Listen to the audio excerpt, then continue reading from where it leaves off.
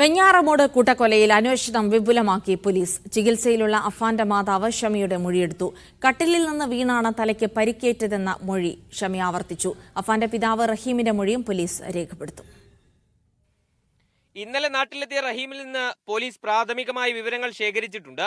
കുടുംബത്തിന്റെ കടബാധ്യതയെക്കുറിച്ച് അറിയില്ല. വിദേശത്തെ സാമ്പത്തിക ബുദ്ധിമുട്ട് മകനെ അറിയിച്ചിരുന്നില്ല. വിദേശത്ത് ഒളിവിലായിരുന്നതിനാൽ വീട്ടുകാരുമായി നിരന്തരം ബന്ധപ്പെടാൻ കഴിഞ്ഞിരുന്നില്ല. ഇതുകൊണ്ട് നാട്ടിൽ അടുത്ത കാലത്തുണ്ടായ പ്രശ്നങ്ങളെപ്പറ്റി ഒന്നും അറിഞ്ഞിട്ടില്ലെന്നും റഹീം പോലീസിനോട് പറഞ്ഞിട്ടുണ്ട്. ഈ വിവരങ്ങളിൽ കൂടുതൽ വിശദാംശങ്ങൾ അറിയാനാണ് മൊഴിയെടുപ്പ്. ഉച്ചയ്ക്ക് ശേഷം വെഞ്ഞാറമൂട് പോലീസ് സ്റ്റേഷനിൽ റഹീം ഹാജരാകണം.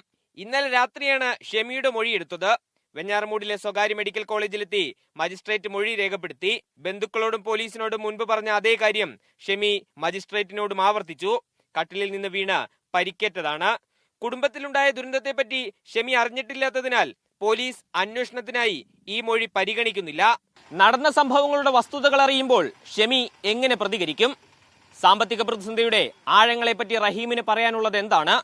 വെഞ്ഞാറമൂട് കൂട്ടക്കൊലയുടെ അറിയാവശങ്ങളിലേക്കാണ് ഇനി അന്വേഷണം നീളുന്നത്. മീഡിയ 1 തിരുവനന്തപുരം.